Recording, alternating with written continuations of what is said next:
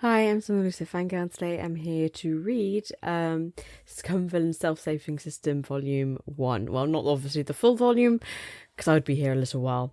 But for those of you who are new to my channel, you may not realise that I have watched the donghua of Scum Villains. I think it's called Scumbag System, isn't it? The English title for the show. And I had actually started reading Scum Villain Self-Saving System as the last novel. The first novel I read was Modazusha. Then I read Heaven Official's Blessing, or Tiangguan Zifu, before reading Scum Villain Self-Saving System, or Renja Fanpai Shiji Shitong. Sorry for butchering it. However, I didn't actually finish Scum Villains because it was still being translated as I was reading it. Same happened with Heaven Official's Blessing, except from I did finish it because I was keeping up with the as it was updated. However, with Scum Villain, whilst I was waiting between chapters, I ended up pausing and then I never got back to it. And now it's been, I think I must have started reading them in like 2019, 2020. Oh, it must have been before 2020. Yeah, so it must have been 2019 I was reading them. And so I don't know how far I got, but I did not finish it. I have actually no idea really how it ends at all.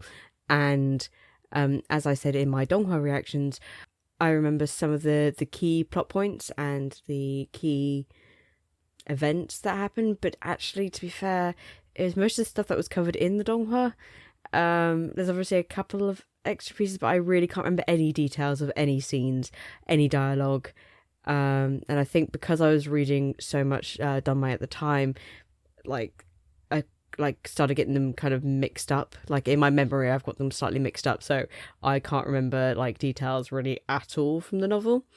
So I thought maybe I should have a go at doing a reading, like a read through, and I'll see how I feel when I'm editing, whether I think what I'm going to try, I think what I'm going to do is just try and do like a full read through, and then pausing and discussing stuff.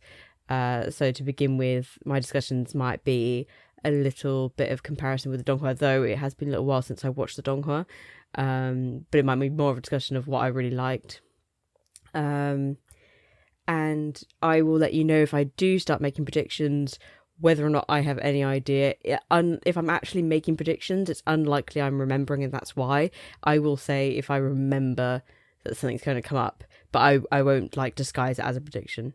So another thing you might notice is I'm looking a bit comfier than usual, and I thought, well, this is kind of a test, because I would quite like to do some more read-throughs, especially first-time reads, on my channel.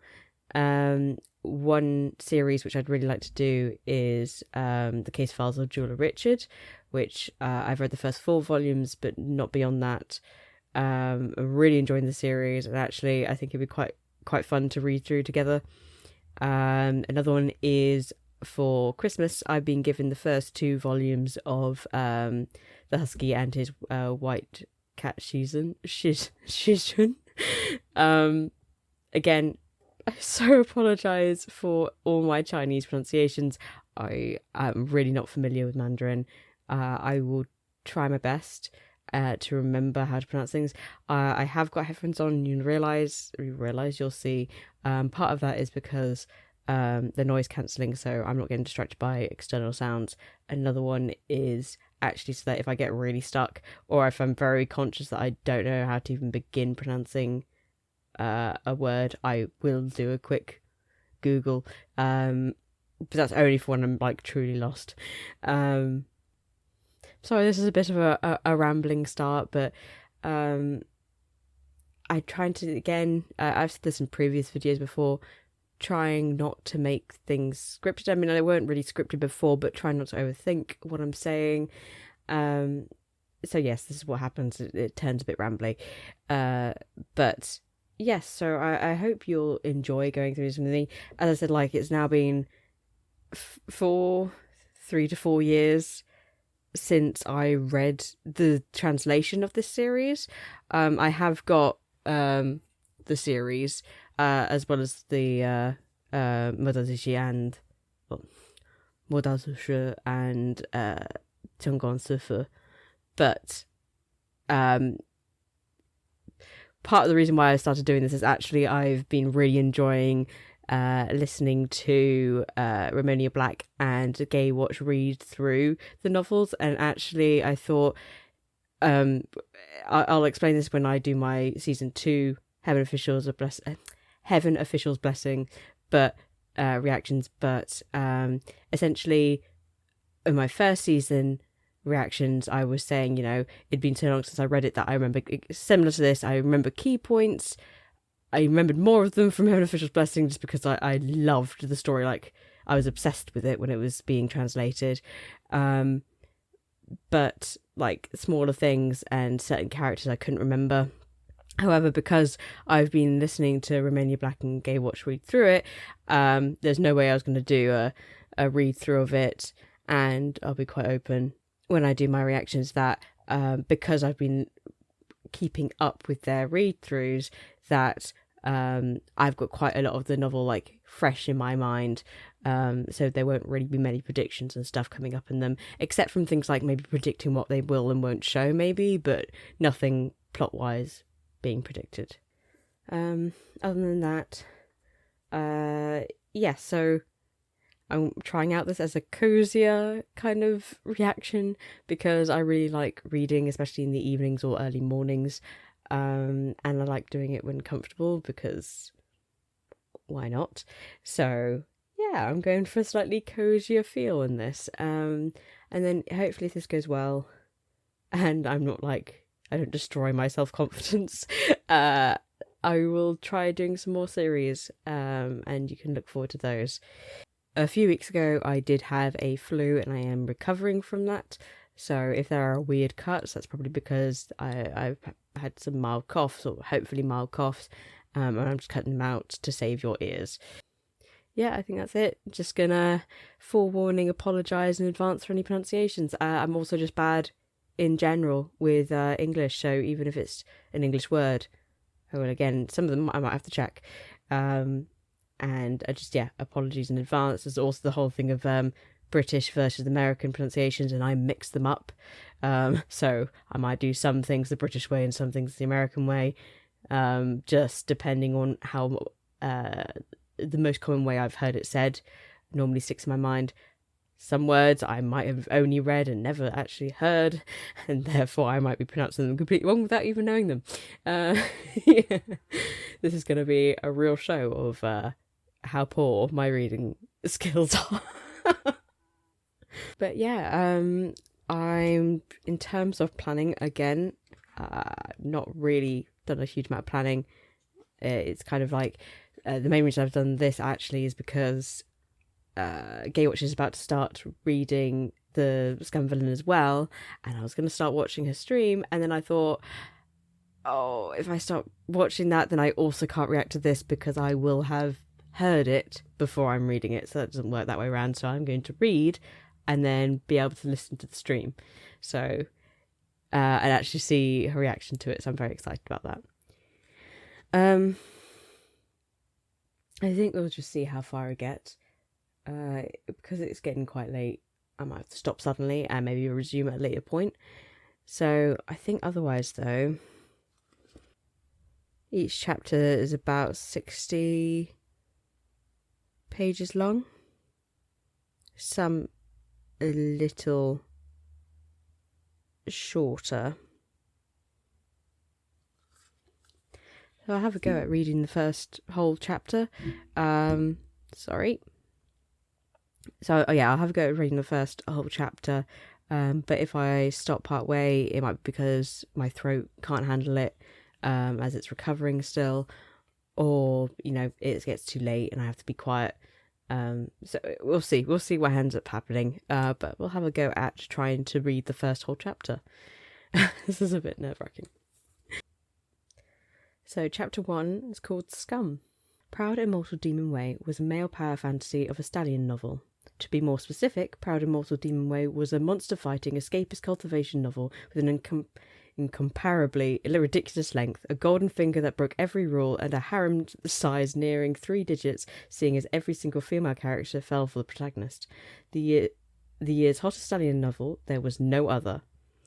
The male lead of this novel, Lo Bing-he, was neither the kind who started heroic and invincible like a proud dragon of the heavens, nor the kind who was a loser, a good-for-nothing without merit. Yet he managed his trend with tens of thousands of readers on Zhongdian literature, inspiring countless other male fantasy novels to follow in his footsteps. He was the kind of lead who was pitch black, dark and vicious, though before his heart blackened, he was the kind who suffered misery after misery.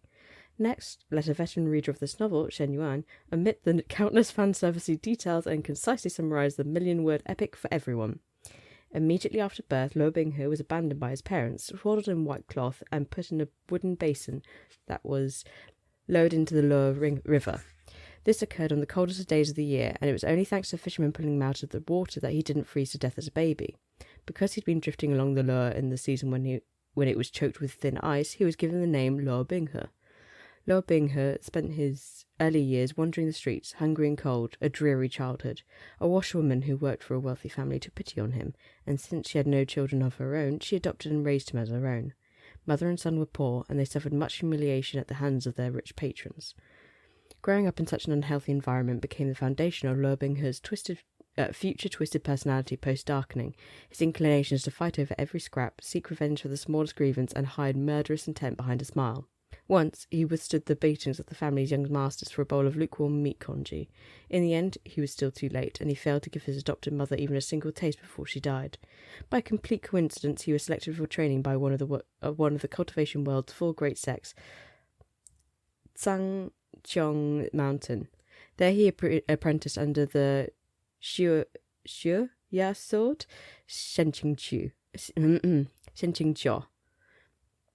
Lo Bing-he thought he could start down the righteous path. He couldn't have expected that Shenqingqiu was fair without but foul within, trash of the lowest calibre. Shenqingqiu was jealous of Lo Bing-he's unparalleled and exceptional talent, and he secretly feared his disciple, whose cultivation improved by leaps and bounds every day. He always found new ways to taunt and demean Lo Bing-he, even enlisting the boy's peers to belittle him. Throughout these years of studying, Lo Bing-he endured every humiliation. It was another heart-wrenching arc in this story, filled with blood and tears. After much difficulty, Lo Bing-he managed to turn 17, at which point he finally participated in the event the cultivation world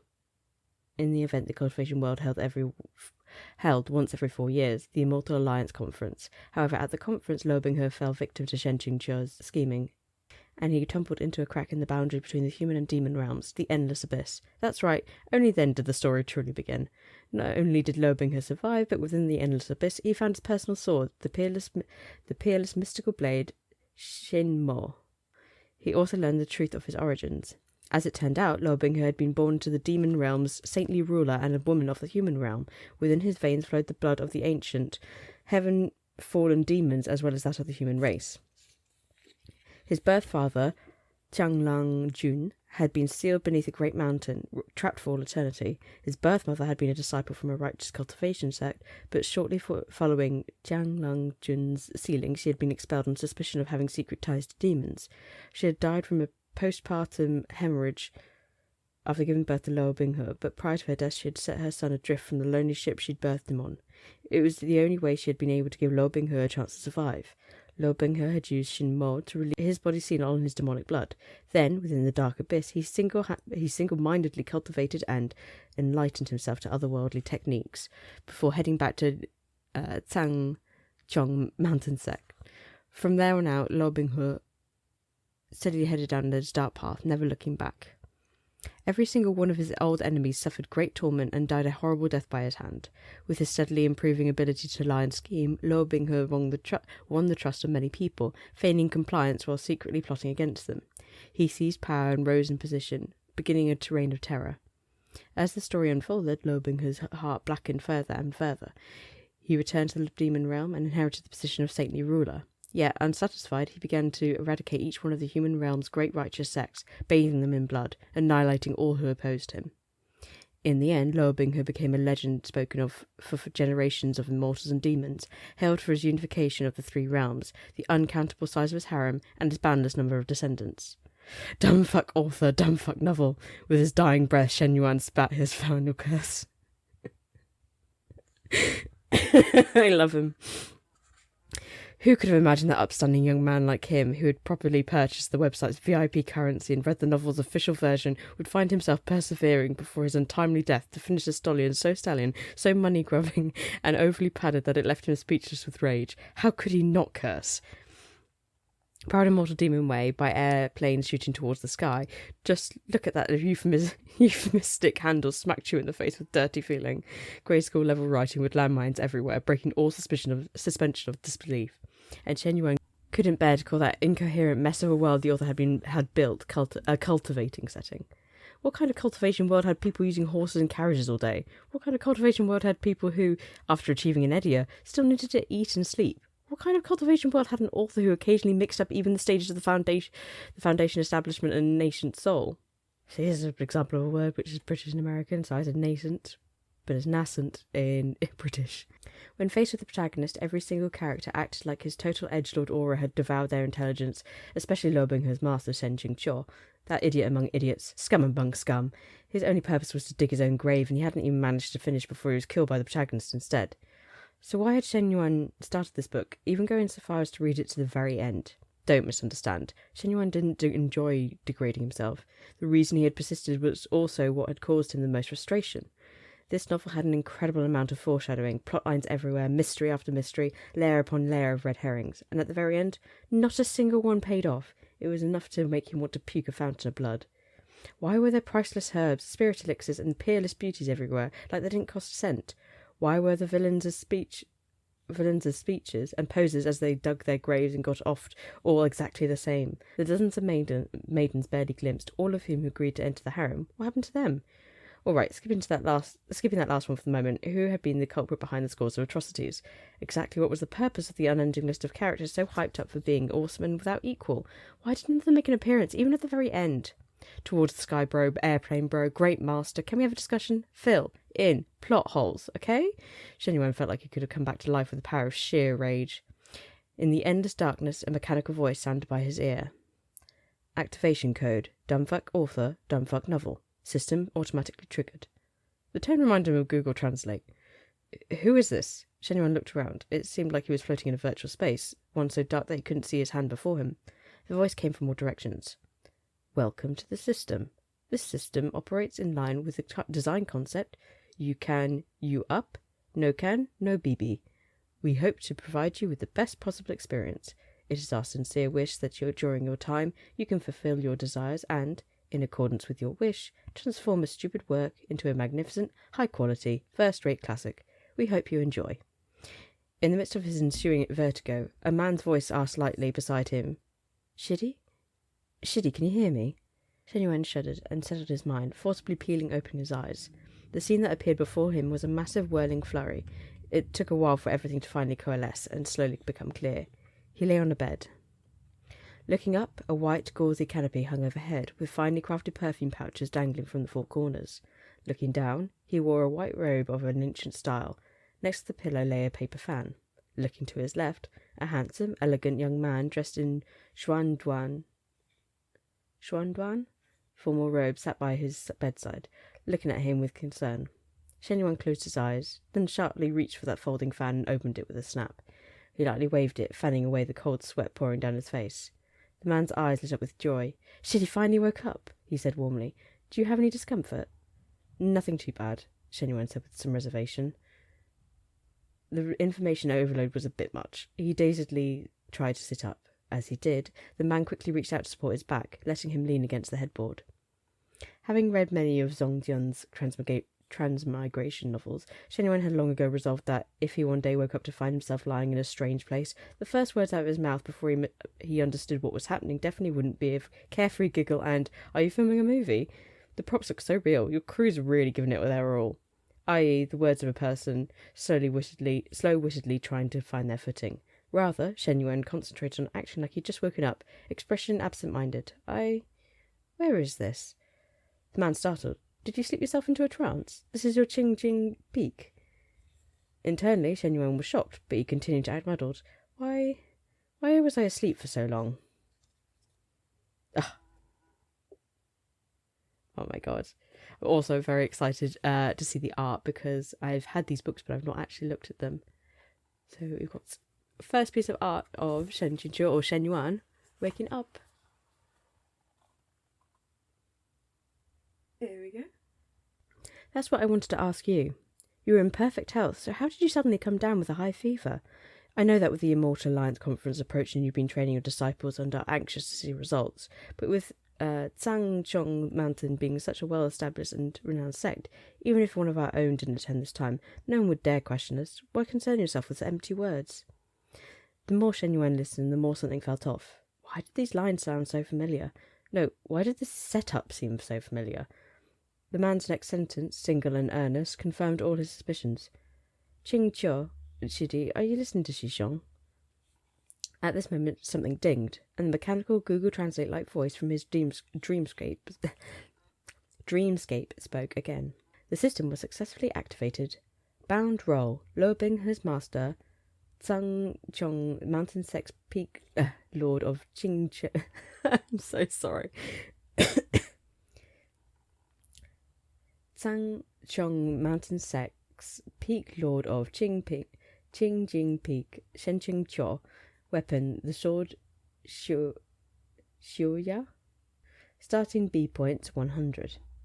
Fuck. What bullshit is this? How come you're speaking directly into my brain? Does airplanes shooting towards the sky know you're plagiarizing proud immortal demon ways setting like this? Of course, Shen Yuan didn't say this out loud, but the voice swiftly responded. You have triggered the system's execution command and have been bound to Shenqing Qiu's account. As the plot progresses, various point types will gradually become available. Please ensure that no score falls below 0, or the system will automatically mete out punishment. Stop. Enough. Shen Yuan was sure now. He'd hit the jackpot. He'd transmigrated into a story he'd just finished, moreover. Even if it was a pitch-black stallion novel he hated, and even if it came with some kind of shitty system. As a 21st veteran VIP reader of Zhongdian literature, Shen Yuan had read various types of do-over and transmigration male power fantasy novels year in and year out, so theoretically he could have happily and easily accepted this fact. But, of all people, the shell he was borrowing just happened to belong to this male lead Scum's villain master, Shenqing Qiu. This made the situation rather complicated. The amicable-looking older brother type beside him was Zhangchong Mountain Sect, currently its sect leader, Shenqing Qiu's Sheishong, Xuanshu. I'm so sorry. Shuangsu sword. Yue Qing Yuan. Fuck. There was a very important reason Chen Yuan emphatically thought fuck at the sight of Yue Xingcheng. In the original work, Yue Xingcheng's death had been caused by his good shidi, Shenqing Qiu, okay? And what a horrific death it was. Tens of thousands of arrows had pierced him until not even his bones remained. At this moment, the victim was facing his own murderer and showering him with concern. The pressure was immense. On second glance, though, the story hadn't yet unfolded to that point. Yue Qingyang was still in perfect health, meaning that at this point in time, Shenqing Qiu had yet to reveal himself as a hypocrite, and his reputation was still pristine. Yue Qingyuan was a bleeding heart, nothing to be afraid of. Though his character ended up suffering quite a bit, during his read, Shen Yuan had been rather fond of him. He was just about to relax when a string of words floated eerily to the forefront of his mind. Within the dark, glooming room, a metal chain hung from a beam. At the end of the chain dangled a ring. The ring was fastened around a person's waist, if it could still be considered a person. This person's appearance was filthy and dishevelled, like that of a madman. The most frightening thing about him was that all 4 of his limbs had been severed. His shoulders and thighs were only 4 bare knobs of flesh. When touched, he would let out a hoarse "ah" sound. His tongue had been torn out too, rendering him unable to form complete words. Proud immortal demon way, a select passage on Shenqing Qiu's fate. Shenqing Qiu rested his forehead on his hand. He was in no position to lament the horrors of other people's deaths. The most horrific death was his own, okay? Henceforth he had to avoid any critical errors. First, eliminate any mistake at the root. Second, from now on, cling madly to the male lead's thighs. Third, be a good mentor and helpful friend who is earnest and gentle in his teachings. Meticulously show the male lead every kind of concern. The moment Chen Qingqiu had these thoughts, a long stream of alarms erupted in his mind, as if 100 police cars carrying 100 shrieking, defiant beasts was zooming past. It was so cacophonous that he shuddered, clutching his head in pain. "Shitty, did your head still hurt?" Yue Qingyang asked worriedly. Teeth clenched, Chen Qingqiu didn't answer. "Warning," the system shrilly notified him. "This proposed plan is incredibly dangerous and qualifies as a violation. Please do not attempt, or the system will automatically mete out punishment." How is that a violation? Currently, you are at the beginner level, and the OOC feature is frozen. You must complete a beginner level quest to unfreeze it.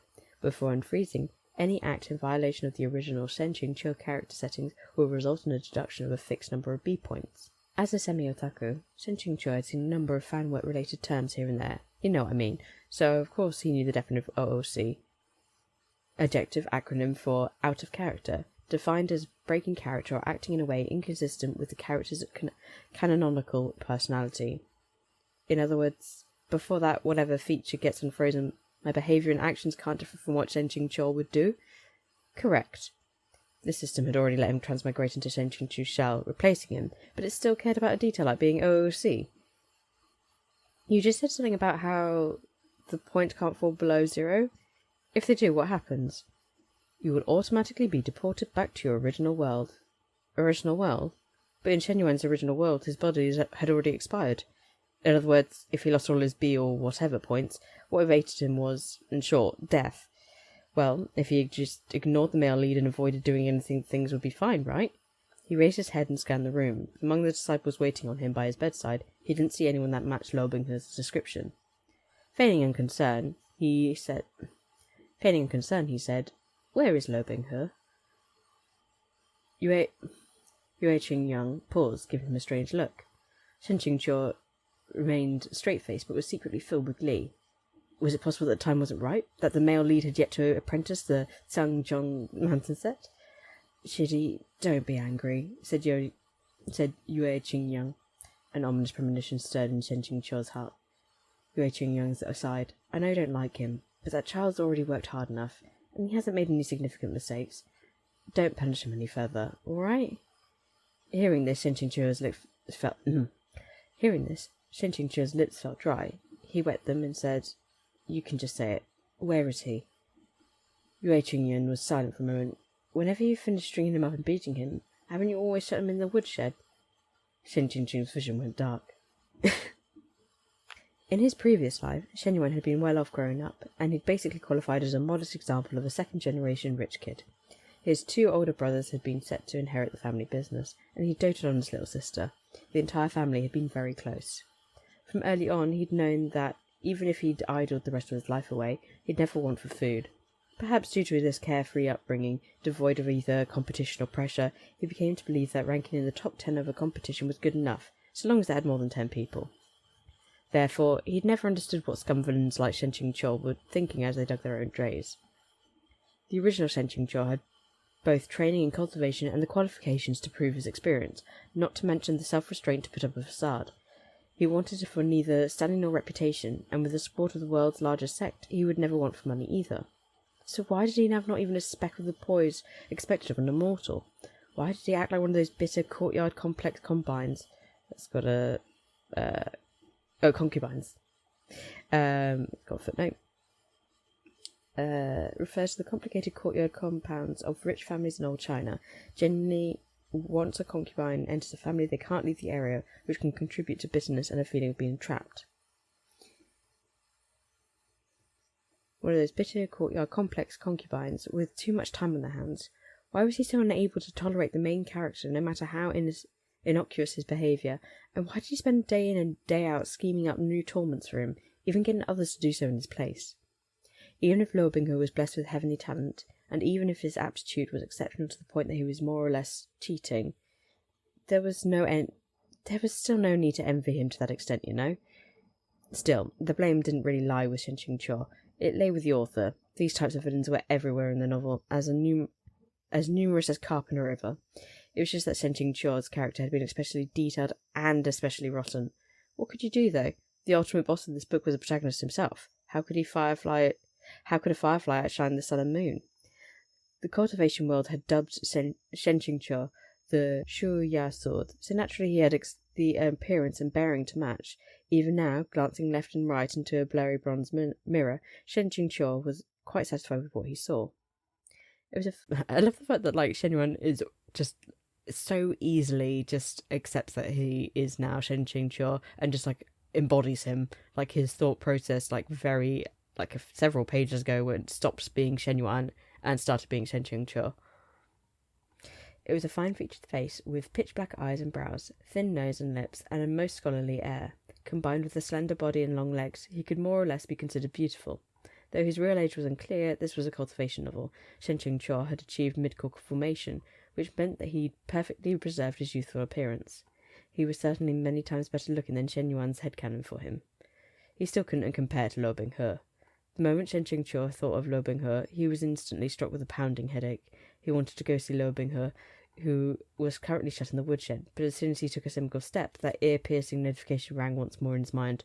Warning! OOC warning! Shen Qingqiu would not take the initiative to visit Luo Binghe. Fine, I'll get someone else to bring him. No problem there, right? Shen Qingqiu snapped. He thought for a moment, then called Ming Fan. A youth around 16 years old, tall and thin, promptly ran in through the door. This disciple is here. What instructions does Shifu have? Shen Qingqiu couldn't help but send a couple more glances his way. Ming Fan's appearance was respectable enough. It was just that his face was a bit unfortunate, with a sharp mouth and sunken cheeks. Internally, Shen Qingqiu tusked and lamented, as expected for classic cannon fodder. This was the most senior of the original Shen Qingqiu's disciples, Luo Binghe's Shizhong, Ming Fan. This was also the legendary lowest level of cannon fodder. Needless to say, when it came to things like locking Luo Binghe out of the dorms late at night or feeding him false techniques on purpose, Ming Fan was the ever-present perpetrator. Whenever Shen Qingqiu felt inclined to torment Luo Binghe, Ming Fan was always his most useful assistant and most enthusiastic supporter. Knowing that this child's fate in the original work wasn't much better than his own, Shen Qingqiu couldn't help but look at him with the pitying gaze of a fellow victim. Go bring Binghe here. Ming Fan was plainly unnerved. Whenever Shen Qingqiu had called for Luo Binghe in the past, he'd always referred to him as that little beast, or ungrateful brat, this wretch, or whelp. He'd hardly even used Luo Binghe's full name more than a few times. Where did this sudden change come from? But Ming Fan didn't dare question a command from his Shifu. He jogged to the woodshed right away and kicked the door twice. Get out! Shizen's calling you! Shen Qingqiu paced within his room, exhaustively examining the system within his mind. B points, also known as points awarded for being a badass. The more B points one accrues, the more magnificent, high quality, and first-rate the work has become. Then how can I raise my B points? 1. Change the nonsensical plot and raise the average IQ of the villains and supporting characters. 2. Avoid landmines that break suspension of disbelief. 3. Ensure the main character's satisfaction points. 4. Discover and finish hidden plot events. Shen Qingqiu analysed each option one by one. In short, not only did he have to clean up the original Shen Qingqiu's messes, the Shen Qingqiu who'd had a veritable mob of enemies coming for his ass, he also had to stop other characters from creating more messes. He didn't even know if he could preserve his own sorry life, and here he still needed to ensure that the main character preserved his OP-ness, time in the spotlight, and harem size. All those unsolved mysteries, those plot holes the author had neglected to fill, and now Shen Qingqiu had to grab a shovel and sweat away, filling them in himself. Great master airplane shooting towards the sky had claimed that proud immortal demon Wei's purpose was perfectly clear, and that each word had been written with a single goal in mind, to satisfy the reader. This was especially evident in how, in the future, the OP male lead would play innocent, a wolf in sheep's clothing, hunting other wolves, exacting revenge against lowlives, generating enough satisfaction to overturn the heavens. Thus the work's popularity had swelled rapidly as it grew longer and longer, until no foot-binding cloth could compare to its length. Keeping track of the plot had been stressful even as a reader. Insane landmines were everywhere. How could he manage to avoid all of them? What kind of plot would qualify as not nonsensical? Shen Qingqiu asked. The standard is subjectively determined. It depends on the reader's reactions. Then how many points do I need to collect to launch a beginner-level quest? The timing is situationally determined. When the requirements have been met, the system will automatically notify you. Subjectively determined, situationally determined. What an all-purpose remedy. Shenqingzhi scoffed, then upon hearing the door open, looked back to see a youth slowly walk in. Shizun, the youth spoke softly. Immediately made him soft. Shizun, the youth spoke respectfully, even though his movements were unsteady, and he still managed to stand perfectly straight. The small smile that had been forming at the corner of Shenqingzhi's mouth froze. He was definitely dead. Before him was the face that would, in the future, infatuate everyone who saw it. From 80-year-old women to infants still in their swaddling clothes. The Gary Stoom protagonist's face, and he'd beating it to this extent, he was dead. But even though this face bore clear evidence of abuse and was covered in injuries, the protagonist was, as expected, still the protagonist.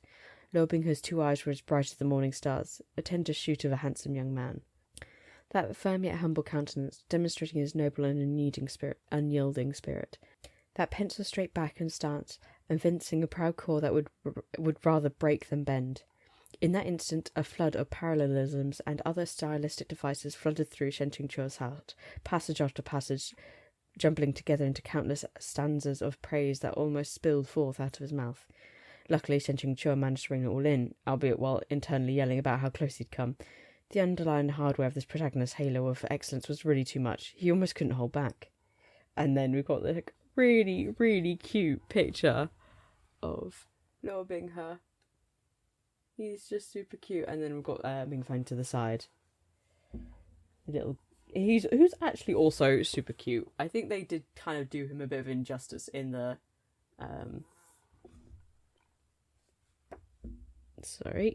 in the Donghua, because he was quite obviously, I mean, part of that is like they put a lot more resources into Luo Binghe and Shenqingzhi's characters, but yeah, like he's actually pretty cute there. It's just like when you compare him to the main leads, then obviously he's not really anything special, basically. One detail I was noticing when reading, and yeah, like example of a detail I didn't remember when watching, is they keep talking about how actually he's keeping his back straight and is standing very tall, which not standing tall, but he's standing very properly, which even in this, I mean, obviously he keeps his head slightly lowered in respect, but even in this, and especially in the Donghua, Luo Binghe is limping in, which obviously he's injured, can't really help that. But because of his limp, he's not really standing up straight. So it's quite interesting, like, as another glimpse of, like he was saying, he's just showing his spirit is like, even though he's being beaten, he would rather break than bend to the will of someone who's trying to beat him down. So that's quite interesting, because I feel like it's not quite given off, obviously, in the Donghua. Like, they kind of really emphasize just how beaten up he is in the Donghua by making him limp in. And I think, like, if he was kind of, like, hid that limp a little bit better, maybe it would come across in the way that it was kind of implied in the novel. Shenqingzhi's mouth twitched as he watched Luo Binghe limp through the door. So there you go. So he is limping. So no. And then struggled to kneel. So, I don't know, he hasn't get that kind of balance between, really wanting to appear proper, which I suppose he did. Again, it's been a while since I've watched, so, but from what I remember, he wasn't like bowed back or anything like that. Like he still was, like, I think still had quite a good posture, but I don't know.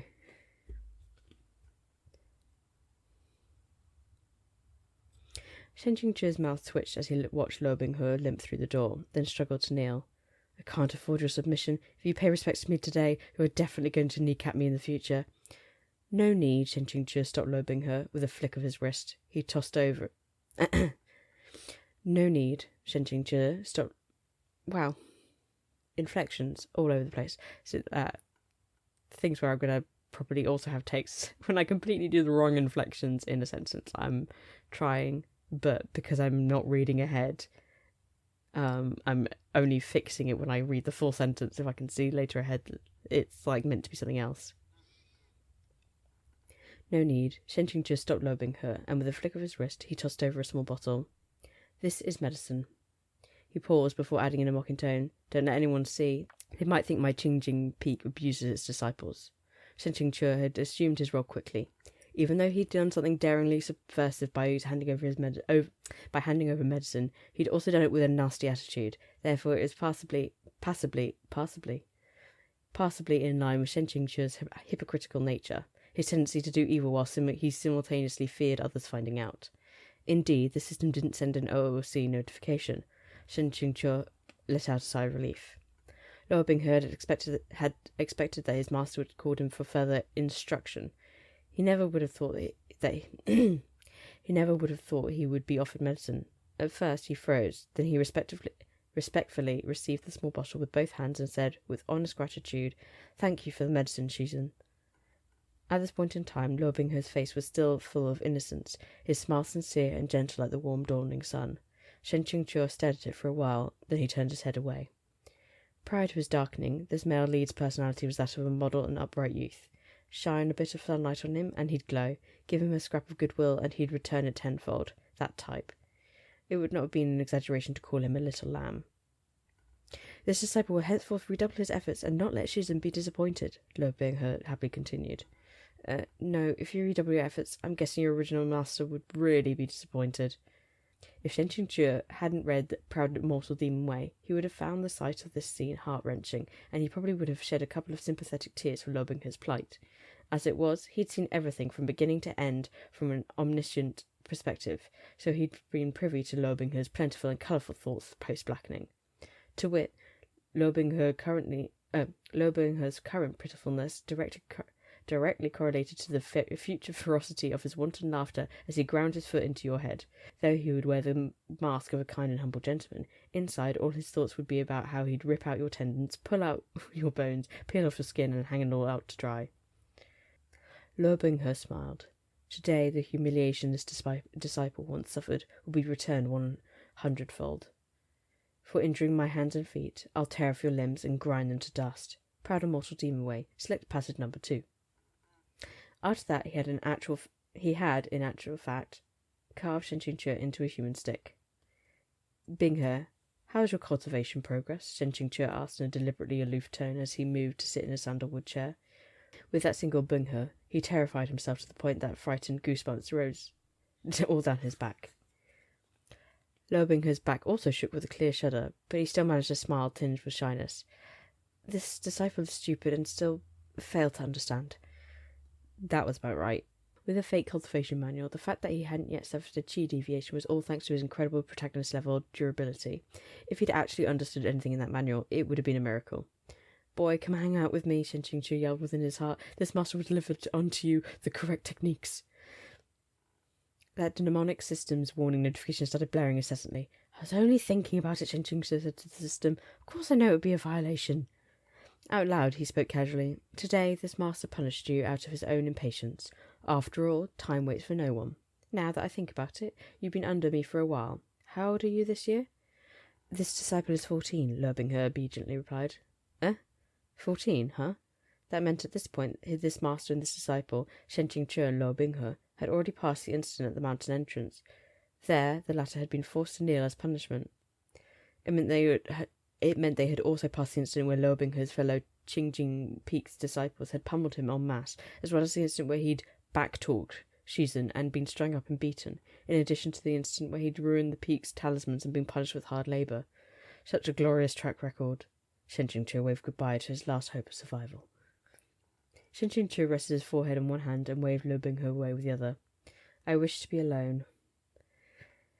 Shen Qingzhi was an easygoing person. Since his residential address had already changed to Proud and Mortal Demon Way, and since he'd already kicked the bucket in his original world, he figured he might as well try making it work here. He'd arrived in a cultivation setting, received a body with decent martial ability and swordsmanship for free, and was also part of a famous righteous sect. If he wanted to stand out, he could stand out, and if he wanted to lie low, he could hole up on Zhangqiong Mountain Sect's Qingjing Peak and be a recluse. What was there to complain about? The only slightly difficult thing would be finding a girlfriend.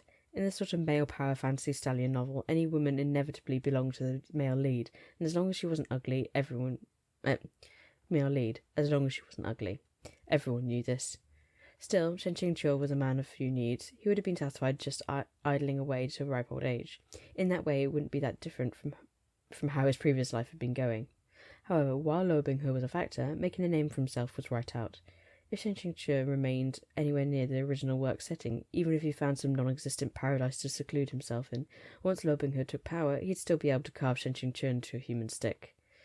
It's not that I don't want to cling to the male lead's thighs, but who made him so damn black-hearted? He's the type who seeks thousandfold retribution.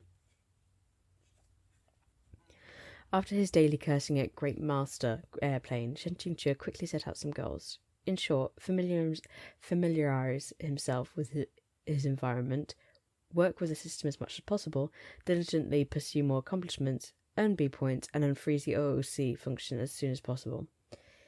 If the situation started looking grim, he'd have to seek out an alternative strategy. Zhang Qiong's 12 peaks were like 12 giant swords forged by nature, steep and magnificent, piercing the skies. Shen Qingqiu's Jing Peak wasn't the tallest, but it was the most tranquil, heavily forested with tall bamboo. On top of that, as basically all of Shen Qingqiu's disciples needed to learn the four scholarly arts of guqin playing, go, calligraphy and painting, from time to time the clear sounds of reading and the murmur of the guqin would drift on the breeze. It was an excellent destination for scholarly youths, steeped in ancient arts and literature, and perfectly aligned with the needs of the original Shen Qingqiu, that poser. As Shen Qingqiu passed a group of disciples, they respectfully asked after his health. He schooled his countenance to match the original's cold, aloof look, nodding slightly while walking with his hands clasped behind his back.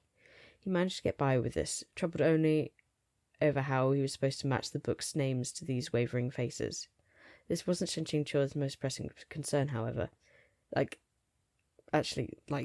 so would be my biggest concern as well. I mean, I struggle with that anyway. I really struggle with names and faces in real life. I know there's lots of techniques actually like memorizing people's names, but it's still actually quite a big struggle for me. So I can't even imagine being put into a world where it's a written world, so there's no illustrations to go off, and you have to recognize people and or at least try and work out who they are without being obvious about the fact that you don't already know them, because your character would know them well enough to know their names, unless they were really low disciples, and maybe, especially since he's not the best Shizun, he wouldn't know their names because he wouldn't bother learning them. But it's still that would really worry me as well. It's I mean, the fact that Shen Yuan's done as much as he has this far, where he's managed to pull off acting as if when he first woke up, I was just a slightly muddled kind of, rather than just being completely shaken by the fact that he's suddenly in a fantasy world. It's pretty amazing actually. Shen Yuan, he's very funny, but he's also, considering what a bizarre situation he's in. Obviously he's read enough transmigration novels to I'd get the concept and stuff. That doesn't change the fact that you're still being thrown into a completely bizarre situation, and he's managing to keep his cool. So beyond that stage though, being able to act as if you know what you're doing, especially things which we'll be coming up to when he has to start using his powers and stuff, at least he does it in a bit of seclusion so he can try and get the hang of it, but the knowing people and trying to get around that would be so hard, especially since it's such a long novel. I can't remember how long it was. Was it 1,000,000 words or something? I can't remember. But it's such a long novel. There's so many characters, and yet, and this is also very early in the novel as well. So potentially years ago in his time, if he's keeping up with the updates, and it's I can't remember how long. Again, did they say how long it took to write it? I think it'd been months. I think he mentioned months/years. So he's got to remember from years ago these tiny characters, which, as he said, a lot of smaller characters, even actually the female characters that go into the harem, aren't explored at all. So they might have been mentioned once or twice, but that's it, especially at the start of the novel. So I'd be so overwhelmed by this. It would be I wouldn't cope anyway. I'd have been found out immediately, no matter what character I was put in. I used to act. I haven't acted in many, many years now, but that wouldn't change the fact that you're not prepared for this in any way. You just wake up there with like no warning whatsoever, or any time to prepare yourself, or like thank God he's like a huge fan of it. He was a huge follower of the story, so that he knows a lot of, like, he knows it in great detail. But if you were a casual reader, like for example, if this had happened when I trying to think of a like for example, if it had happened at the end of Heaven Official Blessing, I was obsessed with it, but still, even after just finishing reading, I wouldn't have recalled maybe the exact details at the very start of the book. Like, I would have recalled again way more details than I did like a month or two later, but still, I'd have really struggled with like the smaller characters, like the one-off characters that you never really see later on. This wasn't Shen Qingchu's most pressing concern, however. That was self-defense, and for that he needed to figure out how to employ the original flavors, martial ability, and swordsmanship. If you remembered correctly, before Luo Binghe darkened, Zhangzhong mountain sect suffered a succession of significant incidents, things like demonic incursions and the Immortal Alliance Conference. Shen Qingchu would have to deal with all of them. If all he had to work with was a shell with no cultivation ability, forget following the plot. The male lead wouldn't have to lift a finger before an insignificant no-name monster got him killed. Shen Qingchu walked deep into the forest alone. Only after confirming no one was in sight, did he remove the sword at his waist. He held the scabbard in his left hand and the hilt in his right, and he slowly pulled it out. I like in the Donghua, they really played with the whole kind of like making the world a bit like a game. And like in this one, he had like menus and stuff for selecting his weapons and things and his abilities. I actually quite like that aspect to it and that take on it. I found that quite fun. Xu Ya had been with Shen Qingchu since he was young and newly known, and it could have been considered prestigious unto itself. The flash of its blade was snow white, luminous but not blinding, definitely a top-class armament. When one channeled spiritual energy into the weapon, the blade glowed faintly. As Shen Qingchu pondered exactly how to channel spiritual energy, the sword in his hand began to shimmer white. It seemed like he'd inherited the original's cultivation and martial abilities as well. His mind had filled in the gaps without him needing to consciously remember, which is so useful. Like, I can't even imagine, like, having to, like, work out how to do something that, like, he would normally do, like, effortlessly. Like, thank goodness it, like, lets his mind just automatically take over for that, because that would have just been so daunting. Wanting to see Xu Ya's power, Shen Qingchu had casually slashed once. Who knew a single slash would be so terrifying? The sword's arc dazzled like a flash of lightning released from his palm, so bright that even UV 400 sunglasses wouldn't have saved him if he hadn't closed his eyes. When he opened them again, he beheld a deep ditch that had been carved into the ground, as if it had been split by lightning. Holy shit! Shen Qingchu remained expressionless, but his heart surged with exhilaration. So damn awesome. Power worthy of a character who was a peak soul master.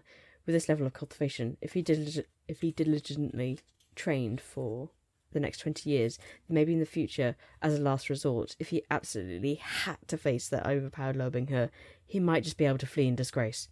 Yes, all he wanted to be able to do was flee in disgrace. He wanted to practice more, but he heard the sound of subtle footsteps snapping dry twigs. In truth, that sound was still a long way off, but his 5 senses were highly sensitive, and it would have been difficult not to notice. Shen Qingchu studied that deep ditch in the ground, then sheathed his sword with a clink before hiding himself within the greenery. The footsteps came closer and closer. There was more than one person. As expected, a moment later, the first face to appear was Luo Binghe's, seeming to shine with its lone light. The first sound, however, was the crisp, delicate voice of a young maiden. Allo, look, there's a huge ditch in the ground here. Upon hearing this nickname, Shen Qingchu almost staggered from his hiding place. Shen Qingzhe's youngest female disciple, Ning Yingying, the system said concisely. What was the use of that introduction? Shen Qingzhe hissed. Everyone knows that only one person addressed Luo Binghe that way. The pretty girl following Luo Binghe came into view as well. She looked slightly younger than Luo Binghe, lovely and adorable, her braided hair bound with orange ribbons as she ran and skipped, brimming with naivety. Every proper cultivation novel had to have a charming young Shimei type. This young Shimei inspired some complicated feelings in Shen Qingzhe. This was because he had designs on Ning Yingying. No, more like the original Shen Qingzhe had designs on Ning Yingying. Shen Qingzhe's character settings were stuck on shady hypocrite, since on the surface he looked pure-hearted, free of desire and immune to wicked temptations, then beneath that surface he had to be an immoral, shameless, scummy and despicable. He was a teacher, but he harboured filthy intentions towards his obedient and cheerful disciple. He tried to carry them out several times in the story, and he very nearly succeeded.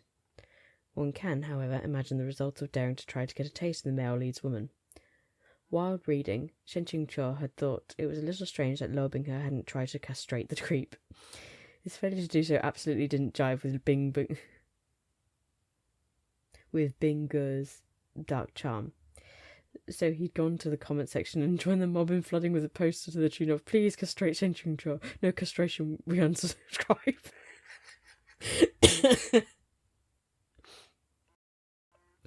Upon reflection and closer consideration, Shen Qingzhe was profoundly terrified. If the appeal had succeeded then, he'd absolutely have to chop off the hand with which he had made those posts. Luo Binghe glanced over once and offered only a half-hearted smile. But Ning Yingying wanted his attention, and she fumbled around for something to say. "Tell me, Luo, which Xisheng was practicing their sword glares out here?" "On Qingjing Peak, I'm afraid only Xizhen has this level of cultivation," Luo Binghe answered as he picked up an axe and started chopping a tree. He only spoke one line, then paid her no more heed. His focus was entirely on his own actions as he raised and lowered the axe, chopping in earnest. These trees were neither thin nor weak, and the axe was half-rusted. At this time, Luo Binghe was only 14 years old, so chopping was tremendously taxing. Soon sweat poured down his face. Ning Yingying sat on the old log, watching him with her face propped in her hands. After a while, she was bored again and wheedled, Luo, play with me." I can't. Luo Binghe didn't even have the time to wipe away his sweat. He continued to swing the axe as he spoke.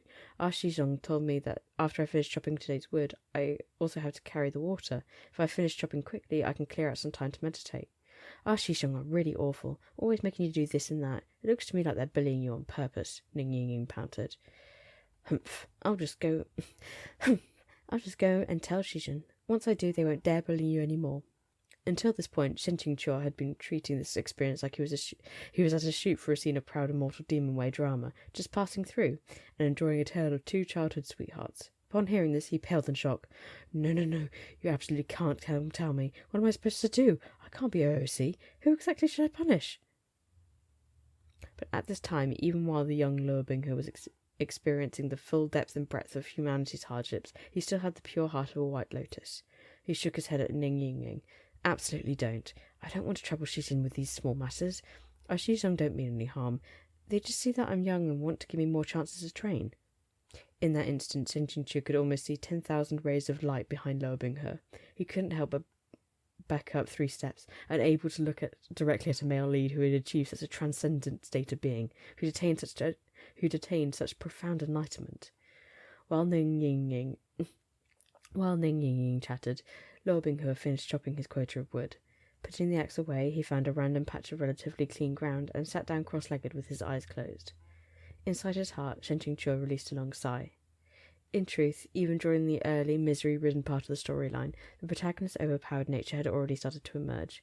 The cultivation manual Mingfang had given Luo Binghe was a fake.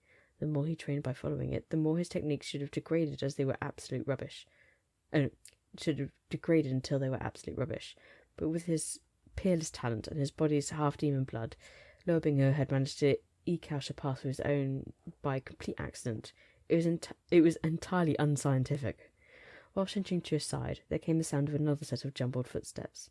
As soon as he heard them, Shen Qingzhe knew that what was coming wouldn't be good. Mingfang stepped out into the clearing, leading several low-ranked disciples. Upon seeing Ning Yingying, He decisively strode up and grabbed her hand.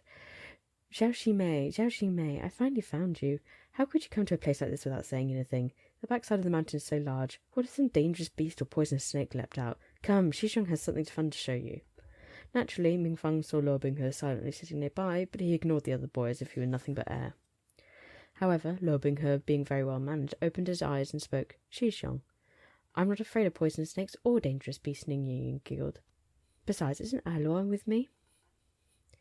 Mingfang swept his gaze toward Luo Binghe, squinted and scoffed. To Shen Qingqie, Mingfang's thoughts couldn't have been clearer. He heard the affectionate way Ning Ying addressed Luo Binghe, and in that moment his annoying Shidi had become even more irritating. In the end, Ning Ying had a young girl's disposition, completely unable to take a hint or read the room. I mean,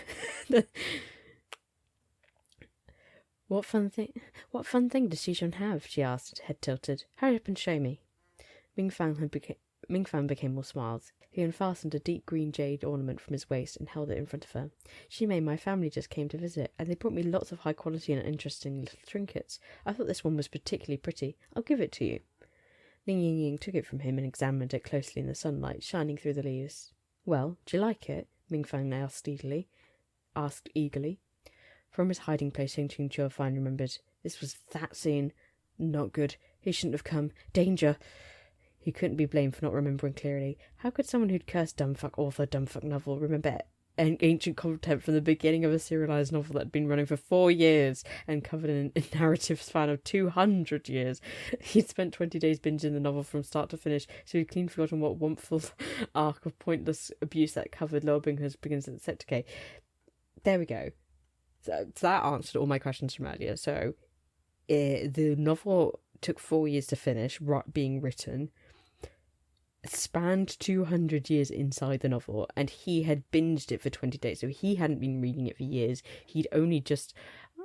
that's kind of interesting, because I obviously didn't remember this fact at all. I had the impression that he'd been with it like maybe since halfway or something, in which case like a couple of years out of the 4 years, and then he'd been following along. But actually that kind of makes more sense about how Shen Yuan could actually follow, like it makes it more believable that he would actually stick with the story rather than having to wait like long times between chapters. I think if he'd had to do that, I don't think he'd have got through as much, like he wouldn't have finished it. I think he'd have probably stopped halfway, but because like he was only for 20 days, like I'm sure that's going to be the last 2 or 3 chapters probably, or maybe 5, 6, I have no idea, but so that makes more sense in how he kept going with the novel despite hating it so much or being so frustrated with it, and definitely kind of relate to wanting to binge things like that. Obviously haven't since having to do reactions, but when I get like new books that I really want to read, I will just read them all in one sitting normally. So this is also going to be quite a nice way to get me to slow down on reading novels, because normally I literally just read it non-stop from start to end each book I get. So yeah. Ning Ying had absolutely no idea what was high quality and what wasn't. After looking nonchalantly at it for a while, she tossed the jade ornament back. Mingfang's smile froze on his face. What? This colour is so ugly. The one Luo has is prettier, Ning Ying said carelessly as she wrinkled her nose. Not only did Mingfang look unhappy, but Luo Binghe, who'd been wisely pretending to not exist, trembled lightly as his eyes snapped open. Does Shidi also wear this kind of thing? Mingfang spat through gritted teeth. Luo Binghe hesitated slightly. He hadn't managed to answer when Ning Ying barged in. Of course he does. Every day he wears it close around his neck. It's his treasure. He refuses to even let me look at it. Although Luo Binghe was usually so composed, at this point his expression also changed. He unconsciously clutched at the Goddess of Mercy Guanyin pendant around his neck, hidden beneath his clothes.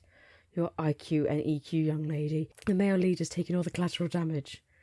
Ning Ying absolutely hadn't considered the consequences of these words as she said them. She'd only been thinking of how she always saw Luo Binghe wearing that jade guanyin close to her skin, never parting with it. Girls in particular invariably wanted to get their hands on the things their crushes treasured, which they hoped would confer upon them the satisfaction of being in a special position. But Luo Binghe simply refused to give her that recognition. Displeased, she'd brought it up in this half-sweet, half-brazen manner. Of course he'd refused, okay? Lower Bingher's washerwoman mother had spent almost her entire life savings to finally, with great difficulty, give her son the consecrated protective charm she wanted for him. It was the only bit of warmth in Lower Bingher's dark world, always by his side, and even in the future, when he was at his darkest, it could summon up his last dregs of humanity. So how could he randomly hand it to anyone else? Mingfang, both angry and jealous, advanced a few steps. Luo Shidi, you sure are stuck up, refusing to show Ning Ying Shimei your pendant, he snarled. If this keeps up, when we face strong enemies in the future, will you refuse to even lend a hand? Young man, there's definitely a logical gap between your first and second lines. It's fine if he doesn't want to, Xizhong. Don't bully him. Ning Ying hadn't thought things would turn out like this, and she anxiously stamped her feet. How could Lo Binghe best Mingfang at this point? Not to mention a group of junior disciples who were Mingfang's lackeys were also ganging up on him. In a moment, that jade guanyin fell from Lo Binghe's neck into Mingfang's hands. Mingfang raised it up for a look, then suddenly laughed loudly. Why are you laughing? Ning Ying asked, confused. I thought it had to be some rare treasure for him to protect so fiercely. Shimei, guess what it is? Mingfang tossed the jade pendant into Ning Ying's hands, positively gleeful as he chuckled. It's a counterfeit. Counterfeit? Ning Ying asked. What's that? Give it back, Lo Binghe. Give it. Oh my gosh, trying to do a stern but young voice is weird. Give it back, Lo Binghe enunciated each word. His fist slowly clenched, a treacherous undercurrent surging in the depths of his eyes. Shen Qingchuo's fingers involuntarily twitched once, then again and again. Naturally, he remembered that the Jade Guanyin was a counterfeit. He also knew it was Lo Binghe's biggest berserk button. For an entire year, the washerwoman had scrimped and saved on food and utilities, but because she had lacked experience, a conman had tricked her into paying a high price for a fake charm. Heartbroken after this, her body had steadily deteriorated. Lo Binghe would undoubtedly be unable to forget this pain for the rest of his life. Thus, this was the one insult Lo Binghe could never tolerate. As a bystander, Shen Qingchuo desperately wanted to reach out, beat up Mingfang, snatch back the jade pendant, and toss it to Lo Binghe. Also, if he did that, maybe Mingfang wouldn't thoroughly offend Lo Binghe. Then, later on, he could keep his paltry little life. OOC. Thank you. Shut up. You want it back? I'll give it back. Who knows which street stall this cheap thing was purchased from? Mingfang plucked the pendant from Ning Ying's hands, disgust in his tone. I'm afraid giving it to Shimei would dirty her hands. So he said, but he had not the slightest intention of returning it. Lo Binghe's face was tight. Suddenly he struck out with both fists, hitting the couple of low-ranked disciples restraining him. Enraged as he was, his blows were not directed by technique. They were random strikes fueled by the anger within. At first he managed to cow these low-ranked disciples, but they quickly realized he was in truth incredibly weak, and that only his demeanor was impressive. Also, Mingfang was snarling at them. What are you standing there for? He dared to attack his Xizhong. Teach him what it means to respect seniority. At this, they all regained their courage and surrounded Lo Binghe, clobbering him. Ning Ying was scared stiff, her pitiful brain capacity still not understanding how things had progressed to this state. Xizhong, she cried, how could you do this? Hurry up and tell them to stop, or I'll never talk to you ever again. Shimei, don't be angry. Shimei, don't be angry, Mingfang said in a panic. I'll tell them to stop hitting this guy, okay? He was distracted. Before he finished speaking, Lo Binghe broke free from the many arms and legs entangling him and sent a fist into Mingfang's nose. A wild wail, two twin streams of fresh blood jetting from Mingfang's nostrils. Although she had been about to burst into tears, at the sight of this, Ning Ying couldn't help but let out a stifled laugh. Sister, really, do you like Lo Binghe? Sister, really, do you like Lo Binghe, or do you want to screw him over? Shen Qingchuo howled in his mind.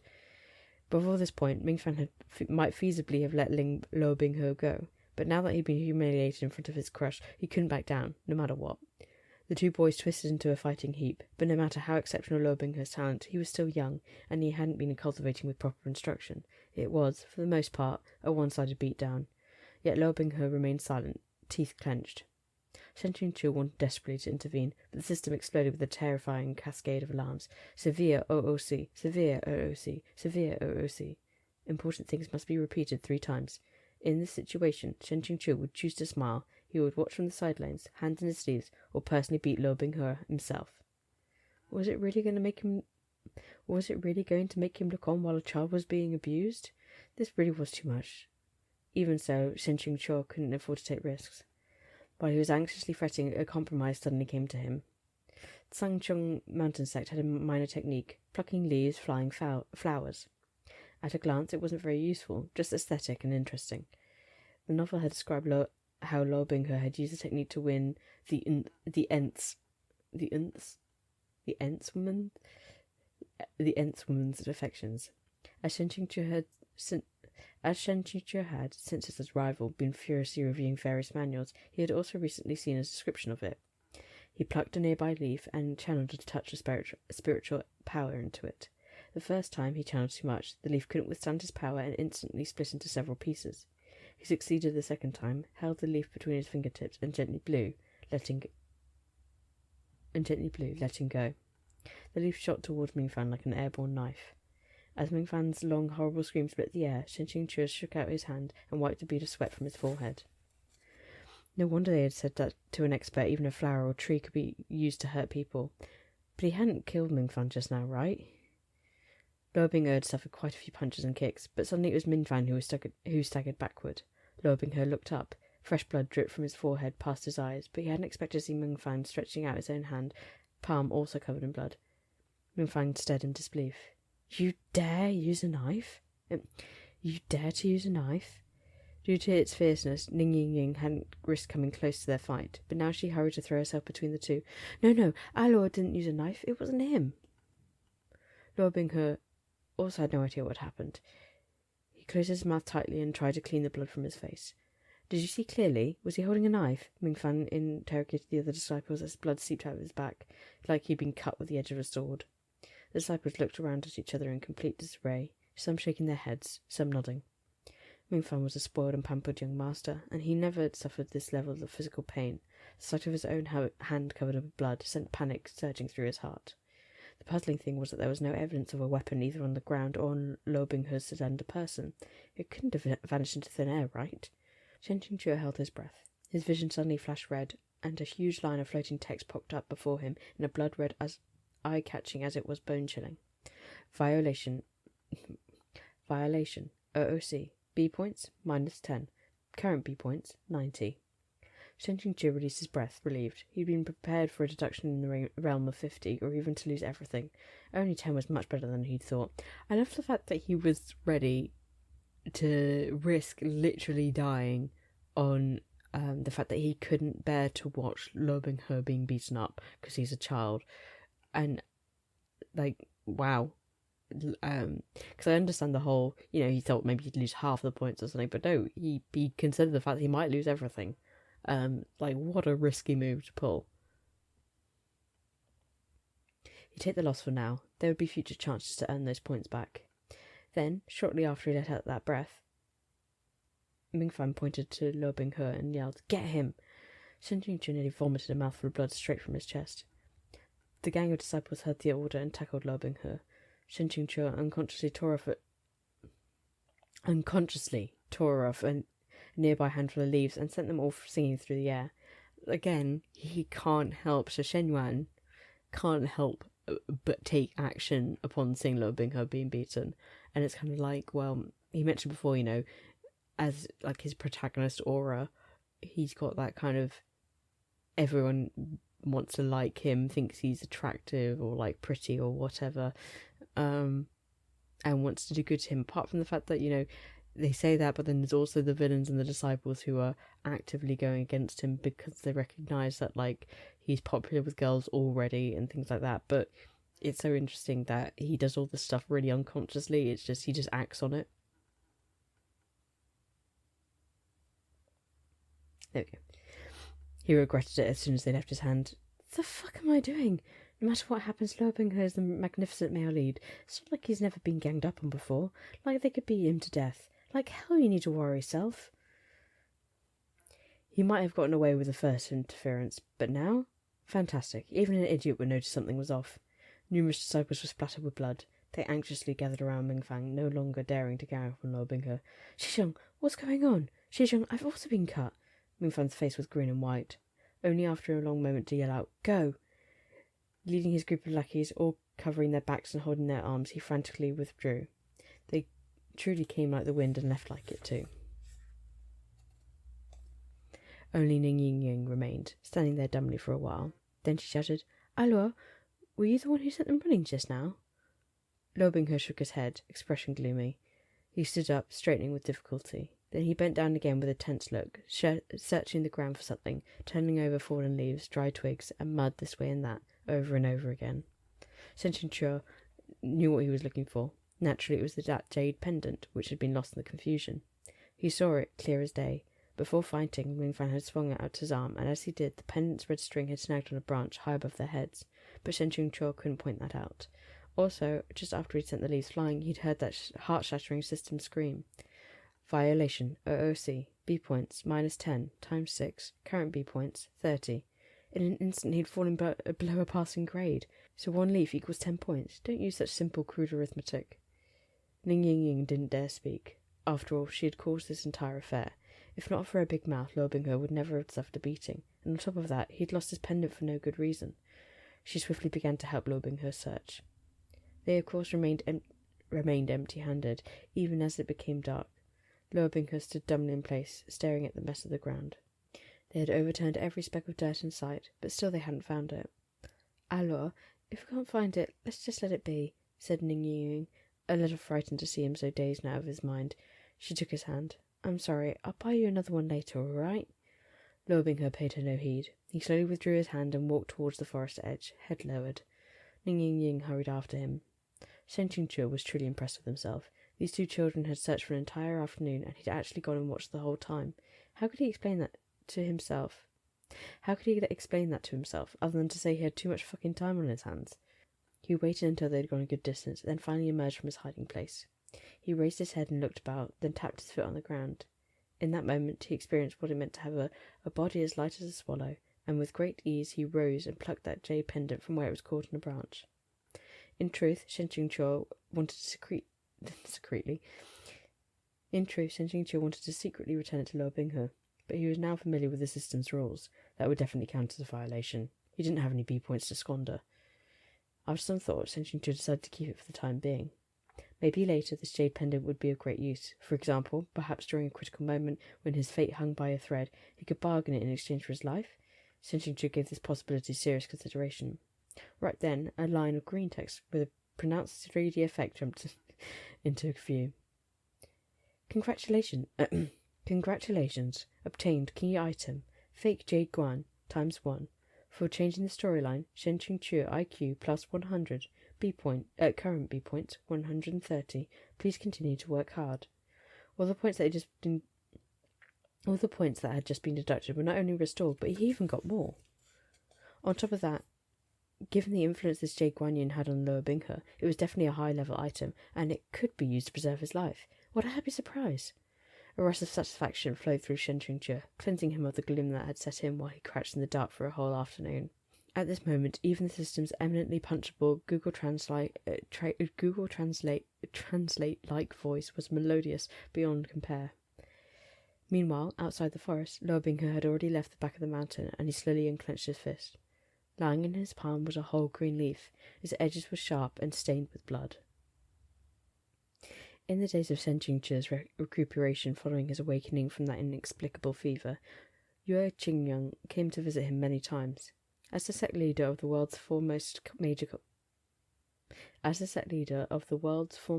cultivation sect, which might be likened to being the principal of some comprehensive cultivation university, his workload had to be heavy, yet he was still so considerate to his shidi.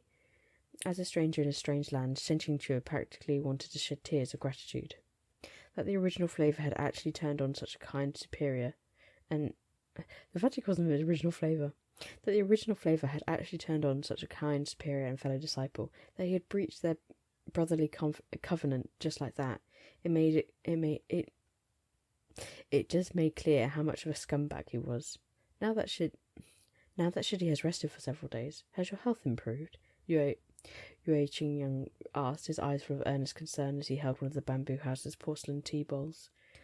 I have long since recovered, said Shen Qingque, lightly waving his folding fan and feeling at home in the atmosphere of brotherly love. I've caused Xizhong much trouble, making him worry. Then I suppose it's time for Shidi to leave the mountains, said Yue Qingyang. Is there anything you need? The hand Shen Qingque was using to fan himself froze. leave the mountains? Did the illness make you forget? Yue Qingyang asked, surprised. Didn't you tell me before to leave the matter of the Shuanghu city to you, as a training opportunity for disciples? So it was some troublesome project undertaken by the original flavour, but while Shen Qingqiu had been familiarising himself with his body's spiritual power and techniques, they still weren't second nature. How could he take his disciples down from the mountains for training? Just as he was about to summon his resolve and embarrass himself, to renege and say that his body wasn't well after all, the system's unfeeling voice reverberated in his skull. Beginner level quest issued. Location, Shuanghu City. Quest, complete the training. Please click to accept. At the same time, the quest synopsis popped up before him with 2 options on the bottom, the left saying accept, the right saying reject. So this was a beginner level quest. Shen Qingqiu's gaze lingered on accept for a while. The option blinked green, a ding sounded, and the system said, "Quest successfully accepted. Please thoroughly read the provided files and make your preparations. We wish you a swift success." Shen Qingqiu came back to himself. "Naturally, I remember," he said while smiling. "It's just these days I've rested too much and grown slow. I had almost forgotten about this matter. I'll head out in a few days." Yue Qingyang nodded. "If you're not completely recovered, there's no need to force yourself. There's no rush to train your disciples either. You especially don't need to personally take care of this matter." Shen Qingqiu agreed, still smiling, but he couldn't help giving Yue Qingyang 2 extra glances. "Ooh, Zhangman Shishong.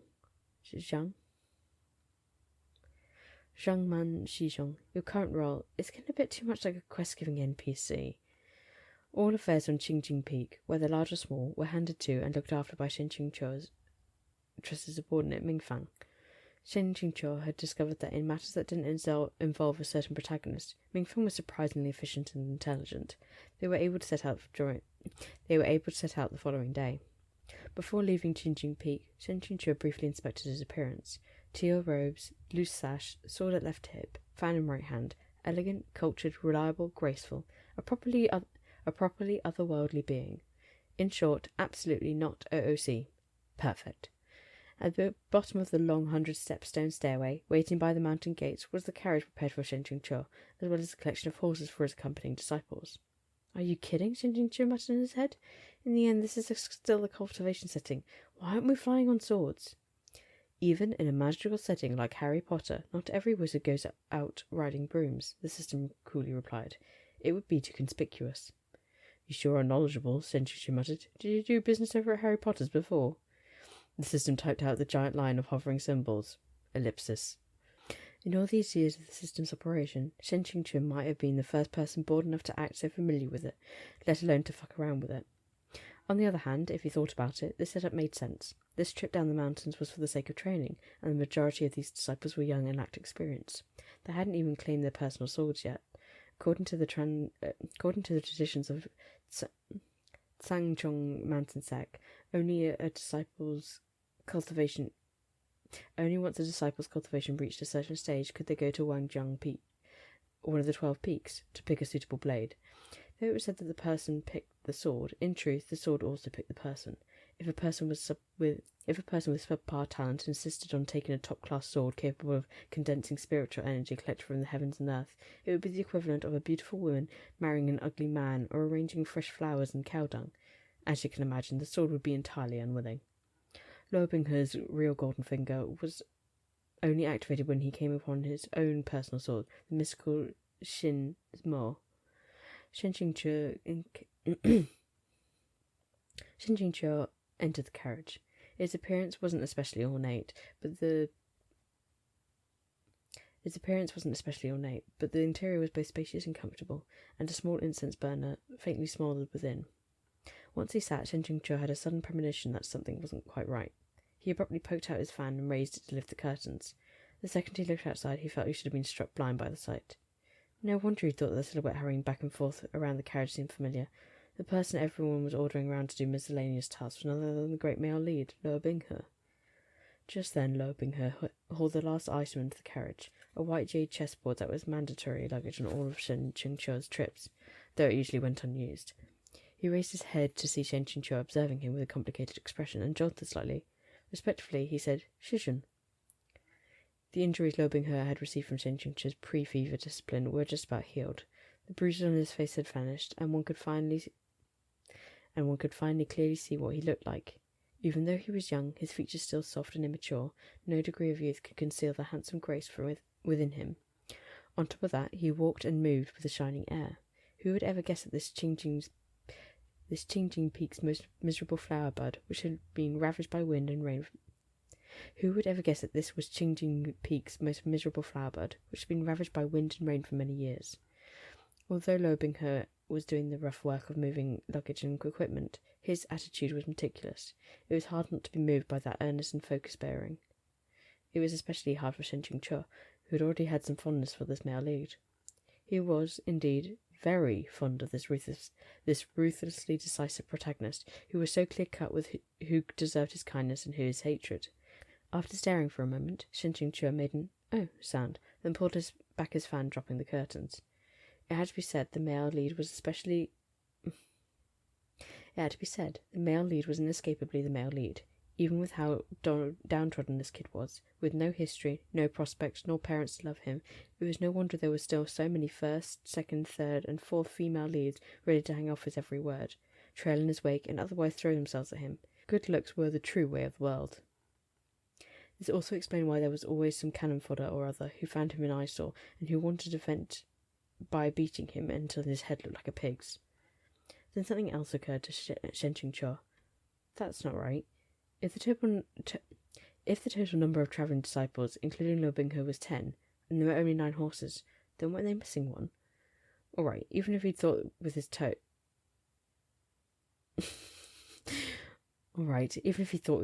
he'd have known who to blame. As expected, Ming Fan's gleeful voice cut through the snickering outside. Actually, we're short on horses, so we have no choice but to inconvenience Shidi this time. Although since Shidi's foundation is poor, it's perfect. You can also take this chance to train. Short on horses, my arse. In recent years, all major sects, Sangchong Mountain sect had become number 1 when it came to cultivation. It had no real business rivals. That it was overflowing with wealth could be left unsaid. In short, like they'd want for even a single horse. What? Ming Feng paused, truly well versed in digging his own cannon fodder. What sort of expression is that? You dissatisfied? I wouldn't dare, said Lo Bing-he evenly, neither haughty nor humble. At this point, a young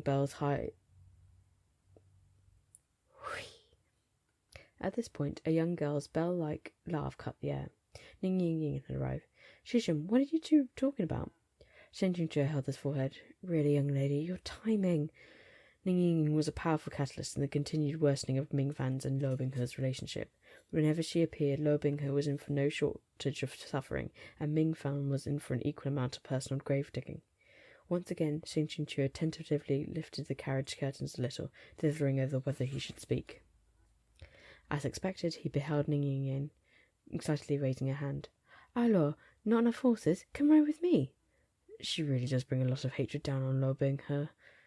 So it is known, although this type of plot, wherein the downtrodden protagonist receives special attention from a beauty, is a satisfying trope often seen on Zhongjian literature, it is also the likeliest to incite the envy of others and subsequent persecution.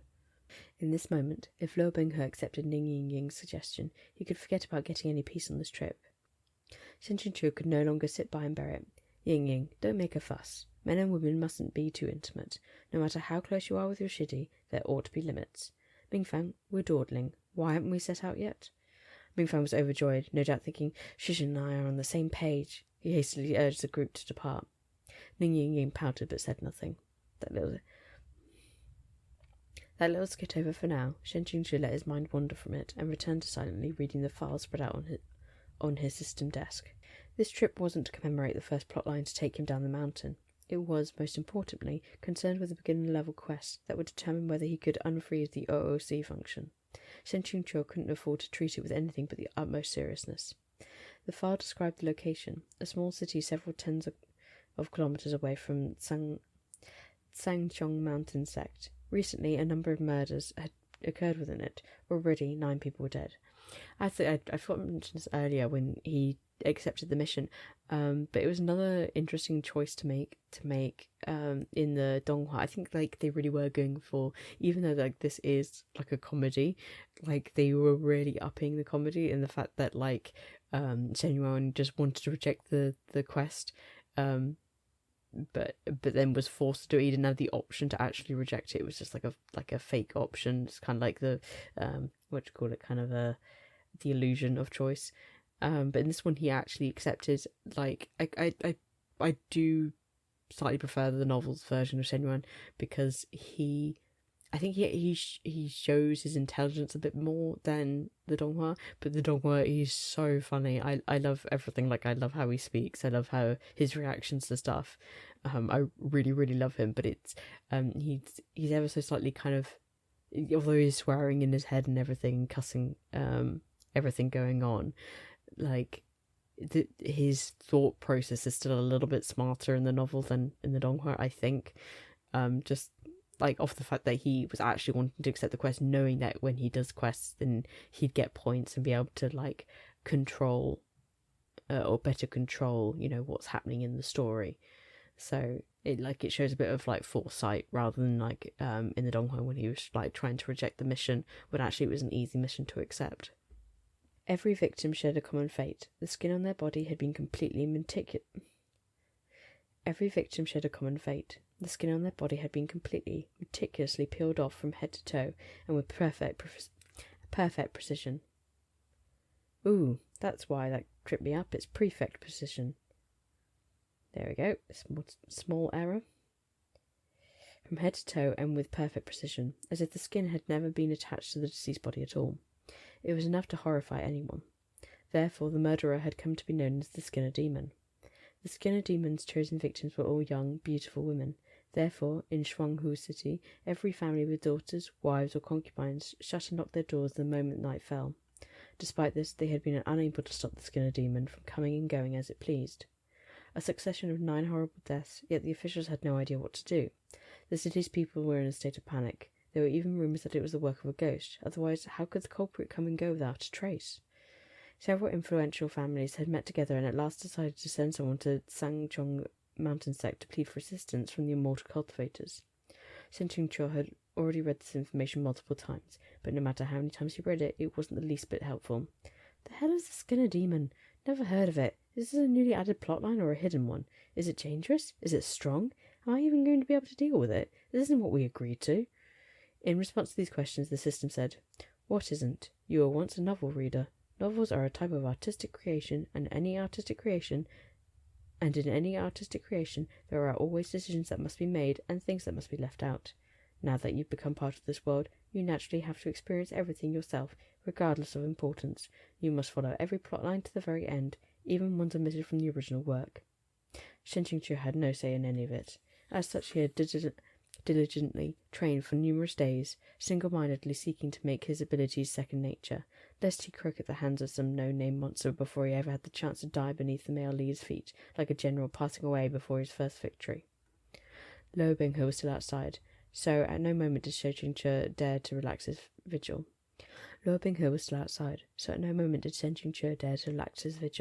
Keeping an eye out for any untoward activity. At the same time, he rummaged through the carriage interior. Every comfort one could imagine was on hand. Shen Qingqiu managed to dredge up 5 or 6 different tea sets, and he was speechless at the sight of them.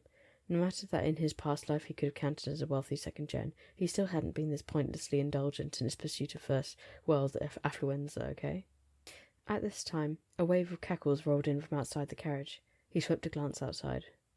Luo Binghe trailed alone at the back of the group, at times walking, at times running.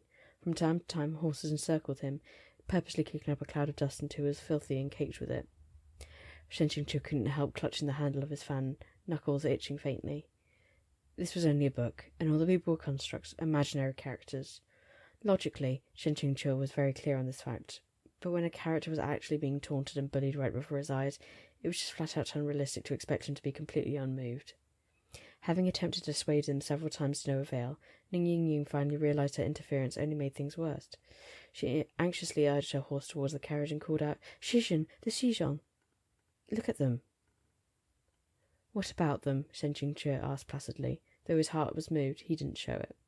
They're bullying someone so viciously, yet you're not telling them off, she said defiantly, her voice carrying with the strength of her indignation. If they keep on like this, Shizhen, what are you teaching your disciples to become? Even though she was directly tattling on them, Mingfan and his lackeys didn't feel any pressure at all. They were all used to the prior Shenjing Chur silently permitting these actions. The harsher their bullying of Lo Binghe, the happier they made their teacher. Why would they exercise restraint? Minfan was happiest of all. He was so sure that on that day at the back of the mountain, Lo Binghe had used some manner of sorcery he'd learned from who knew where. Today, Shizhen was here, and he'd be crushed. Shenjing Chur made an "oh" sound, then he spoke a single line. Lo Binghe, come here. Lo Binghe's expression went blank. Accustomed to this call, he gave his quiet assent and walked over. At first, everyone was still riding high on Schadenfreude, thinking that Shenjing Chur was calling Lo Binghe over to grab him by the ear and discipline him. What happened next shattered their entire worldview. Shenjing Chur used his fan to lift the curtains, then jerked his chin at Lo Binghe before shooting a glance at the carriage interior. Even though he didn't speak, the meaning couldn't have been clearer. "Hello, hurry and get on," Ning Ying said happily. "Shizhen is letting you ride with him." Like thunder on a clear day. As if they hadn't known their master so well and for so long, Minfan and his fellows would have suspected that Shenjing Chur had been possessed by a demon. Lo Binghe had also frozen in astonishment, but his reaction was nevertheless swift. He paused for only a second before saying, "Many thanks to Shizhen." Then he stepped into the carriage, ever conscientious, and sat straight backed in a corner. His hands and feet remained tucked in, like he was afraid that his patched clothes would dirty the interior. Warning rejected, said Shenjing Chur. I was an OOC. Shenjing Chur would never do anything to alleviate Lo Binghe's troubles. Verdict: OOC level 100%. Have you carefully examined this character's complicated inner world? Shenjing Chur countered. Of course he would never do anything purely to alleviate Lo Binghe's troubles, but right now my goal is to prevent Ying Ying from losing faith in me as her teacher. Ying Ying is my dearest little disciple, and she begged me. How could I let her plea go unheard? Ellipsis. So my actions are completely in line with Shenjing Chur's internal logic, Shenjing Chur declared. Your warning is invalid. During their exchanges over the last couple of days, Shenjing Chur had gradually figured out a handful of the system's quirks. It had rules, but these rules were not rigid. As that was the case, there was a bit of leeway for bargaining. As he'd hoped, for the time being the system couldn't think of an argument to enforce its deduction. Riding high under the light of victory in this first battle, Shenjing Chur couldn't help but laugh. However, Shenjing Chur had in that moment been quietly sitting in the carriage, seemingly meditating with his eyes closed in a trance. When Lo Binghe suddenly heard him laugh, he couldn't resist stealing a glance at him. To tell the truth, it would have been a lie to say that Lo Binghe wasn't surprised, even though he's always revered Shenjing Chur, he had no illusions about how his master treated and looked at him. At first, he'd thought that if Shenjing Chur had asked him to get in the carriage, there must be something even more terrible waiting for him within, and he had mentally prepared himself for it. He hadn't expected Shenjing Chur to not bother with him at all, instead of focusing only on himself as he began to meditate. Lo Binghe thought for a moment. It seemed to him that he had never been this close to his teacher before, and that he had never had an opportunity to carefully examine Shenjing Chur like this. Appearance-wise, you couldn't complain about him.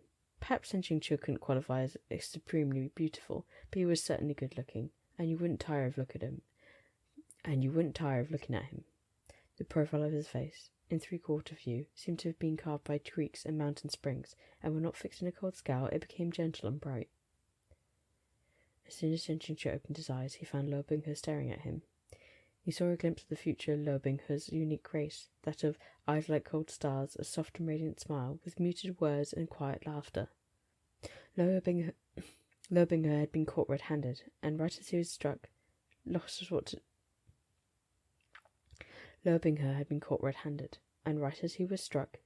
to do.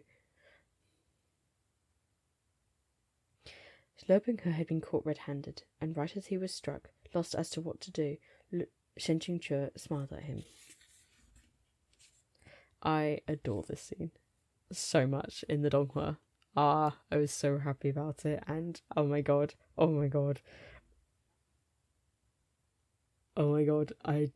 the art is great. You can see literally the moment of him smiling. Can you see that? Yeah, you can see Shen Qingqi's smile, and the little flustered loving her is so cute. This smile was purely unconscious, but loving her felt like he'd been pricked by a small fine thorn. He quickly averted his gaze and became increasingly awkward, unsure of what he was feeling. Very soon, Shen Qingqi couldn't bring himself to smile anymore. The system had delivered a notification. Violation, OOC. B points, -5. Current B points, 165. Saith Shen Qingqi, even a brief smile warrants a deduction. Saith the system, most righteously. OOC is OOC. And that is the end of chapter 1. Oh, gosh. What a fab place to end it. I think that's a really good stopping point, actually. Such an iconic moment, actually, as well. The first time we see Lo Binghe getting flustered by Shen Qingqi. And also kind of first real outside perspective other than Shen Yuan's, because up until now it very much been from his point of view, and him adjusting to the world.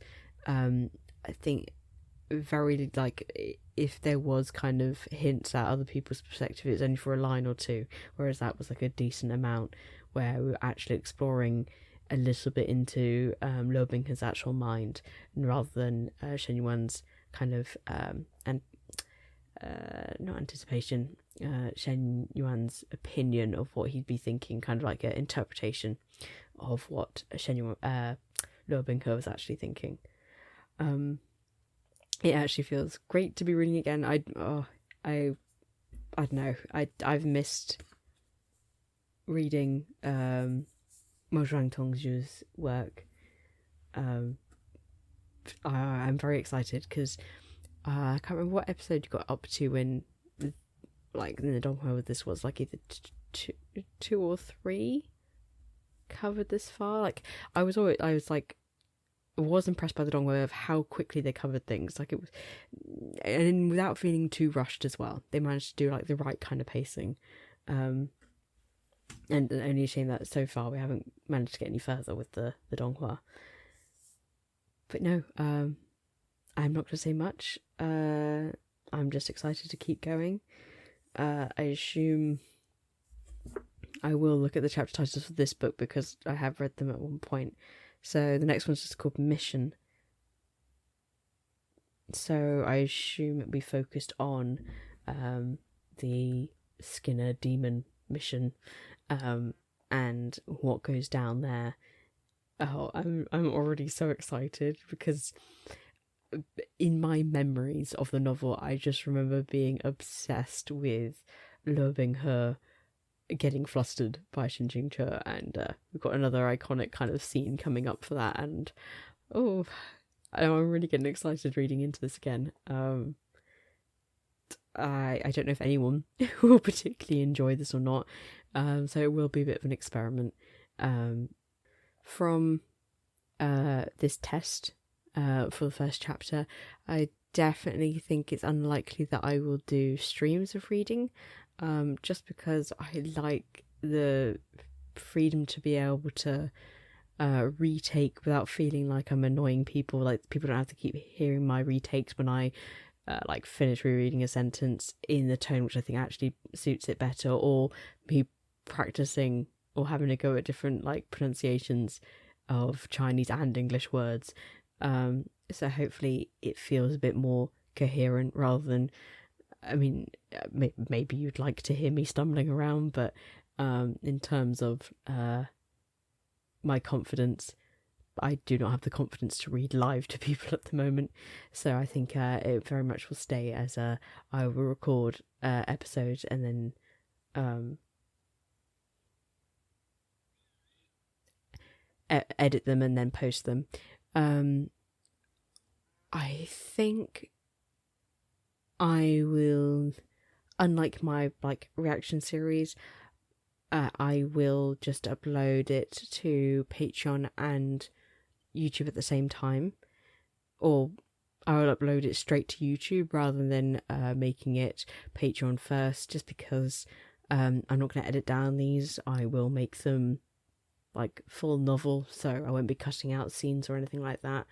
I might also do a thing of, if you want to leave a comment, obviously, like if there's a comment related to the chapter that I've just read, then leave it on this video. But if there is a comment actually for a chapter you would like me to consider just after I've read a chapter, then maybe we'll start doing a thing of like how I do with spoilers in other series.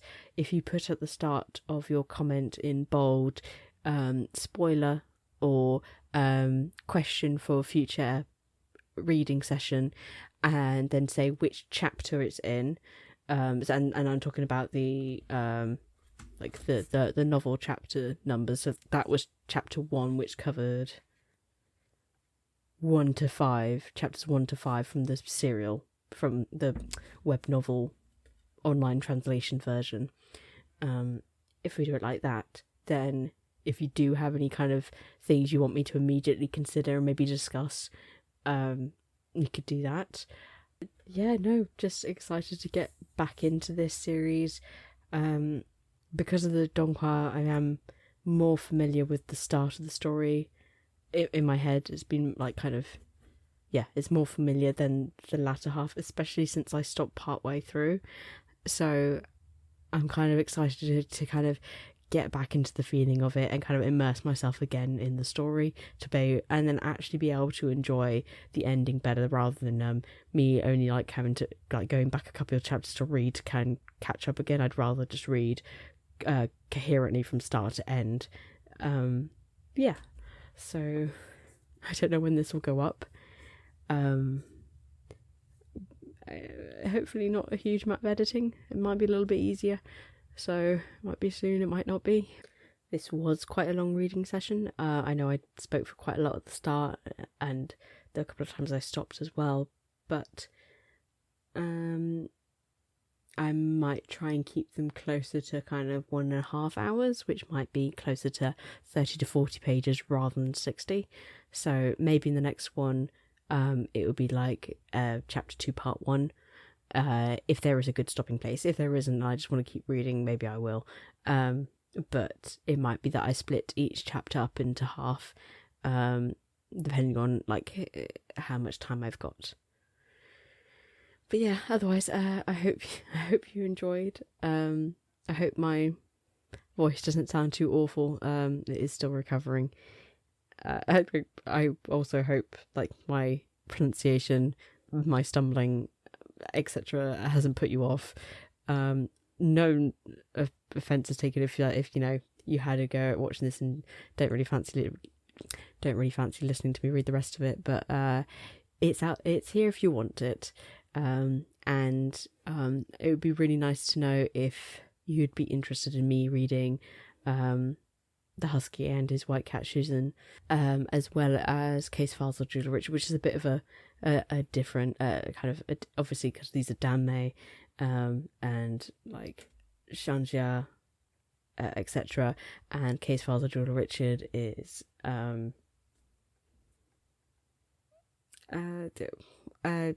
it's a light novel, a Japanese light novel, so it's a bit different in feel and stuff, but it really is a fun series. I'll talk more about the series in my first video about it. But yeah, no, let me know if you would be interested, and if you are, I might be able to record these a little bit more because they're a bit of an easier setup than recording a video where I have I mean, I've still got three recordings kind of going on, but I have about 4 kind of recordings going on when I do a video, and there's multiple cameras, multiple microphones going. I mean, yeah, the other thing is I have made it so that I'm not hiding this microphone anymore.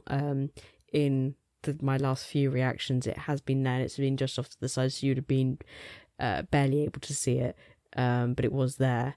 With this as my backup, my lav as my backup mic. But no, I'm not bothering with hiding it anymore.